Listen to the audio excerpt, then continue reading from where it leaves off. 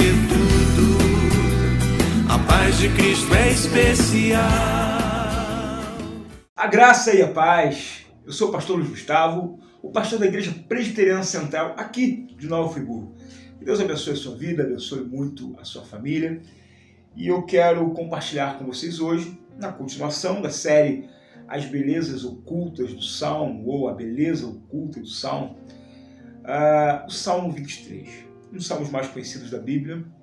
E eu quero ler o salmo para você e logo em seguida tecer alguns comentários, e espero que sejam comentários bons para você, que sejam devocionais para você, que sejam abençoadores para a tua vida. Porque é o propósito desse programa sempre levar uma palavra de bênção, de edificação para a sua vida. Estamos juntos aqui? Então vamos ouvir o Salmo 23. O Senhor é o meu pastor, nada me faltará. Ele me faz repousar em pastos verdejantes. Leva-me para junto das águas de descanso. Refrigera minha alma.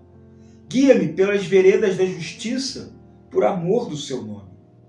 Ainda que eu ande pelo vale da sombra da morte, não temerei mal algum, porque tu estás comigo.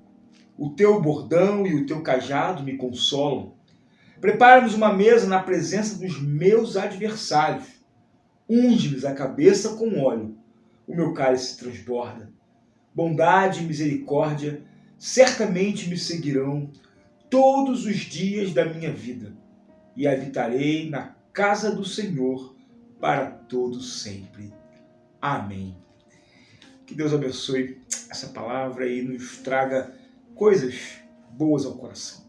O Salmo de Davi é um salmo interessantíssimo e cada frase desse salmo tem um proveito maravilhoso para a nossa vida, né? É um salmo pequeno, mas de grande expressão. Não é à toa que esse salmo é tão conhecido, porque as frases de Davi aqui nesse salmo são frases de efeito na fé do indivíduo em momentos mais difíceis da sua vida.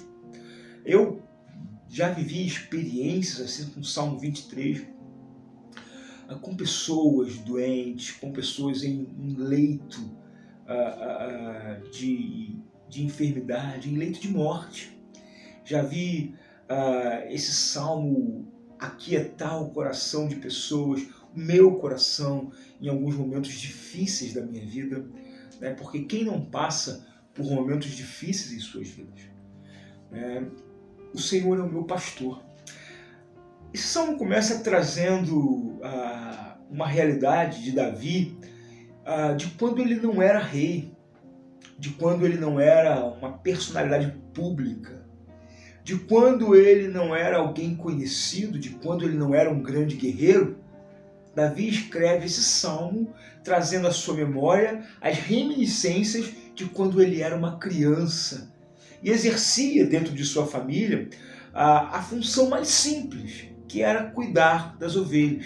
Para isso ele precisava ficar longe da família, não almoçava com a família, às vezes passava a noite em busca de pastos, de águas, de lugares para as ovelhas ficarem em segurança. E é a primeira referência que nós temos na Bíblia, né, da figura de Deus como o nosso pastor. Daqui surge essa ideia dessa figura pastoral, né? E é a primeira vez em que a figura de uma ovelha, ela simboliza o que nós somos, ovelhas do rebanho do Senhor, né? Então é o primeiro link, e Jesus vai se apropriar desse salmo, vai dizer: eu sou o bom pastor e as ovelhas conhecem a minha voz.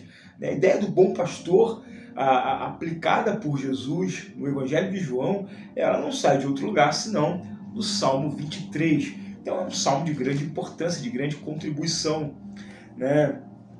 Uma coisa muito interessante desse salmo é que quando diz nada me faltará, quando nós vamos lá no hebraico, no original, nós vamos ver que esse verbo que apresenta-se aqui no futuro, ou seja, faltará, na verdade ele é descrito no presente. O Senhor é meu pastor e nada me falta. Isso muda. Muda por quê? Porque você pode achar que as bênçãos do Senhor vão vir lá na frente. Isso te impede de entender que já existem bênçãos copiosas do Senhor sobre a tua vida hoje. Ainda que você esteja passando por dificuldades hoje, ainda que você esteja passando por limitações de qualquer natureza hoje, ainda que você viva a maior crise da sua vida hoje, o pastoreio do Senhor está sobre a tua vida. Os cuidados do Senhor estão sobre a sua vida hoje. E talvez você nem consiga perceber. O Senhor é meu pastor, nada me falta aqui. É interessante a ideia dessa ausência, né, e dessa provisão que o pastor nos dá, é pensar que o pastor não dá para a ovelha aquilo que ela quer. Não é a função do pastor dar para a ovelha o que a ovelha quer.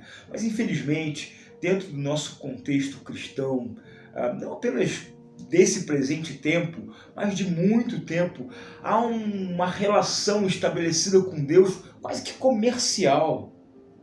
Muitas pessoas se aproximam do Evangelho, muitas pessoas se aproximam de Cristo interessadas em receber bens, posições, encontrar relacionamentos. E muitas vezes, quando essas coisas que tanto se buscam na igreja não são encontradas, não são acrescentadas na nossa vida, as pessoas saem tristes, decepcionadas, criticando a igreja, criticando a hipocrisia da igreja. Me fala uma coisa nesse mundo que não está afetada pela hipocrisia, uma coisa. Me fale uma pessoa nesse mundo que não está afetada pela hipocrisia, uma.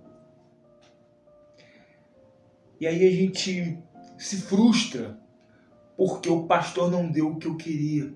Mas não é função do pastor, não é propósito do pastor, não é papel do pastor dar o que a sua ovelha quer, mas sim dar o que a sua ovelha precisa.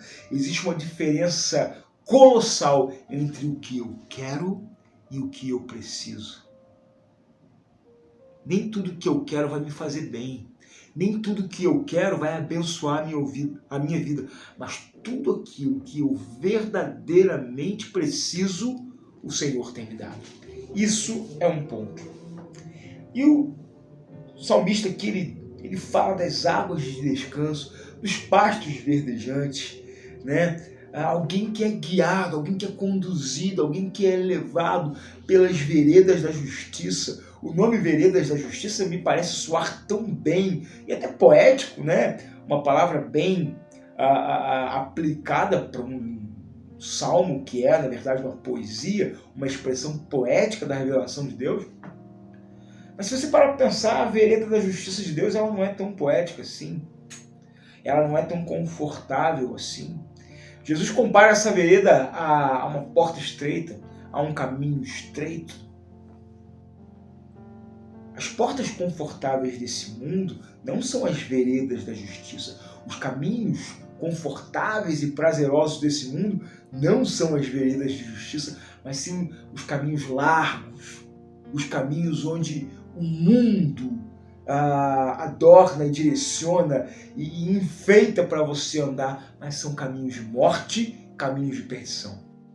Difícil entender isso na nossa cabeça, né? E o verso 4 traz uma das palavras mais esperançosas do Salmo 23. Ainda que eu ande pelo vale da sombra da morte, não temerei mal algum, pois tu estás comigo. Gente, nós estamos andando e vivendo um vale, ou seja, um declínio, um vale de sombra. Nós não entendemos muitas coisas que estão acontecendo aqui. E um vale de morte. Nós temos tido que enfrentar a face da morte por muitas e muitas vezes e cada vez mais perto da nossa vida. Por quê? porque vivemos essa pandemia.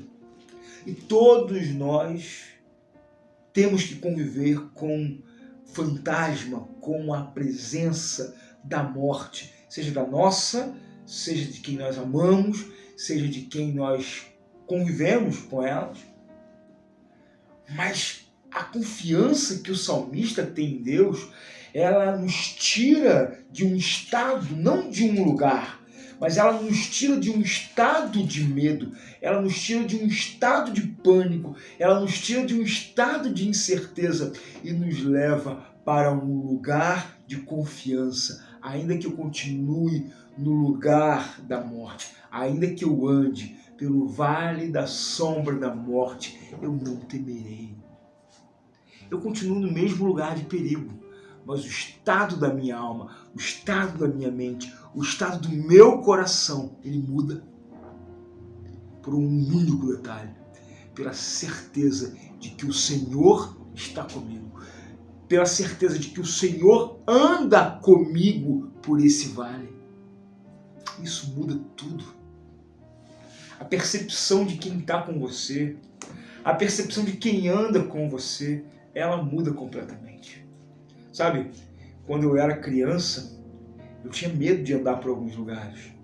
Eu tinha medo de ir em alguns lugares. Eu tinha medo de passar por alguns caminhos.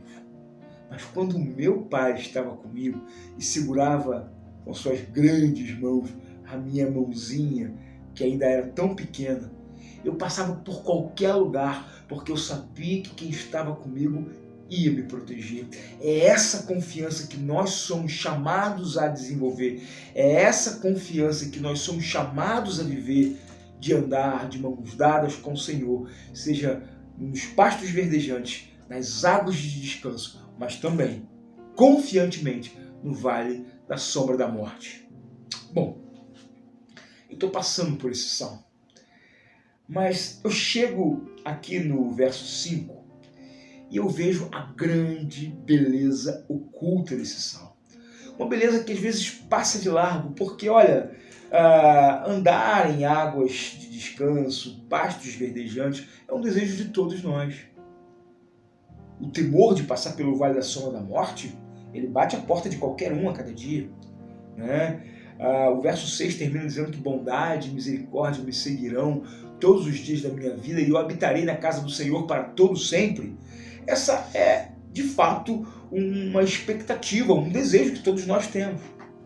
Mas no meio de todas essas promessas nós temos o verso 5, que diz assim: prepara-me uma mesa na presença dos meus adversários. Unge-me a cabeça com óleo e o meu cálice transborda. Para mim, a beleza oculta do Salmo 23 é a mesa. A mesa que o Senhor prepara na presença dos nossos adversários. Queridos, será que você consegue imaginar uma guerra? Será que você consegue imaginar um cenário absolutamente distópico ou um cenário caótico como nós vivemos? E por dentro da minha vida, por dentro da sua vida, existe um cenário caótico, existem medos, existem traumas, existem complexos, existem lutas das mais diversas naturezas. E nós temos que viver com isso e conviver com isso. E de repente, no meio dessa luta, de repente, no meio dessa tristeza, eis que surge o Senhor e prepara uma mesa. Ele não te tira do campo de batalha, ele não te tira da presença dos adversários, mas ele de repente para tudo ao teu redor e prepara uma mesa. E a mesa é esse símbolo tão importante de família, de intimidade. Já parou para pensar na mesa da sua vida? Quem se assenta com você à mesa? A mesa muitas vezes é o lugar onde a tua família senta para comer, senta para tomar um café, é onde você compartilha as grandes alegrias da vida, mas também é onde você enfrenta os maiores dilemas, os maiores desafios. É onde famílias se reúnem para celebrar, mas também muitas vezes lugares onde as famílias se unem para chorar. É onde você recebe boas notícias? É onde você talvez receba as piores notícias da sua vida? A mesa é o lugar onde Jesus chamou seus discípulos para estarem com Ele e dar as últimas instruções antes de sua partida. A mesa é o lugar que Jesus prometeu se assentar com as pessoas que abrissem a porta quando Ele estiver à porta. Ele diz isso em Apocalipse capítulo 3, eis que estou à porta e bato. Aquele que abrir, eu entrarei, sentarei com ele e cearei com ele. Entende-se? A mesa. A intimidade com Cristo na mesa é aquilo que nos garante a intimidade com Cristo no trono. Só vai se assentar no trono de Cristo, no céu, quem se assentar com Ele na mesa aqui nessa terra. E Ele prepara uma mesa. No meio da tua luta, no meio do teu caos, no meio do teu sofrimento, Ele prepara uma mesa e te chama para sentar com Ele. Talvez você esteja aí hoje vivendo um grande dilema, um luto. Talvez você esteja vivendo uma incerteza quanto à sua vida, quanto aos seus negócios, quanto ao teu sustento. Talvez você esteja vivendo aí uma incerteza quanto à tua própria existência enquanto indivíduo, enquanto família, enquanto qualquer coisa. Mas o caos não pode te parar, não pode te dominar e de repente o Senhor te chama para um lugar de intimidade. Prepara a mesa e senta contigo. Às vezes a mesa é para encorajar você, como Ele encorajou os discípulos. Às vezes a mesa é o lugar para Ele curar você. Quando Pedro voltou daquela pescaria, depois de Cristo ressurreto, registrado lá no Evangelho de João, Jesus preparou um lugar, uma mesa improvisada. Preparou ali um peixe, preparou ali um alimento, sentou com ele e fez Pedro confessar 3 vezes o seu amor por Cristo, curando daquelas 3 vezes que ele havia negado o Senhor. A mesa é um lugar de intimidade com o Senhor. Não é você que prepara a mesa, é Ele quem prepara. Não é Davi que preparou a mesa, não é Davi que quis sentar. O Evangelho nos conta a história de uma mulher que entra dentro da casa de Simão, fariseu, e ela estava ali e Jesus estava à mesa. Ela nem se assenta à mesa, ela não foi convidada para se assentar à mesa, mas Jesus havia preparado uma mesa para ela. E uma mulher que era publicamente conhecida como uma pecadora encontrou a remissão dos seus pecados e acolhimento nos braços eternos de Cristo. E ali naquela mesa ela chorou aos pés de Cristo e foi restaurada e declarou o seu amor. E Jesus disse: aquele que muito ama, muito é perdoado. Aquele que demonstra um grande amor é porque entendeu o quanto foi perdoado, o quanto foi amado. Foi naquela mesa. E tantas outras mesas que nós poderíamos recorrer na história da Bíblia. E quantas mesas Cristo já não preparou na sua vida e trouxe você para uma conversa, para um tratamento. Então, querido, que você possa olhar ao redor dos seus campos de batalha, no meio dos seus adversários. Saiba, Deus há de preparar uma mesa para você ali. E que você seja muito feliz e abençoado na presença do bom pastor. Que Deus te abençoe. Espero que tenha sido uma palavra abençoadora para você. E eu espero que você tenha uma boa semana na presença do nosso Senhor, o bom pastor, o pastor do Salmo 23 de Davi. Que Deus te abençoe. Até a próxima. Graça e paz. De coração, irmão, quero te declarar a paz que vem de Jesus e vale muito, muito mais do que ouro ou outro metal,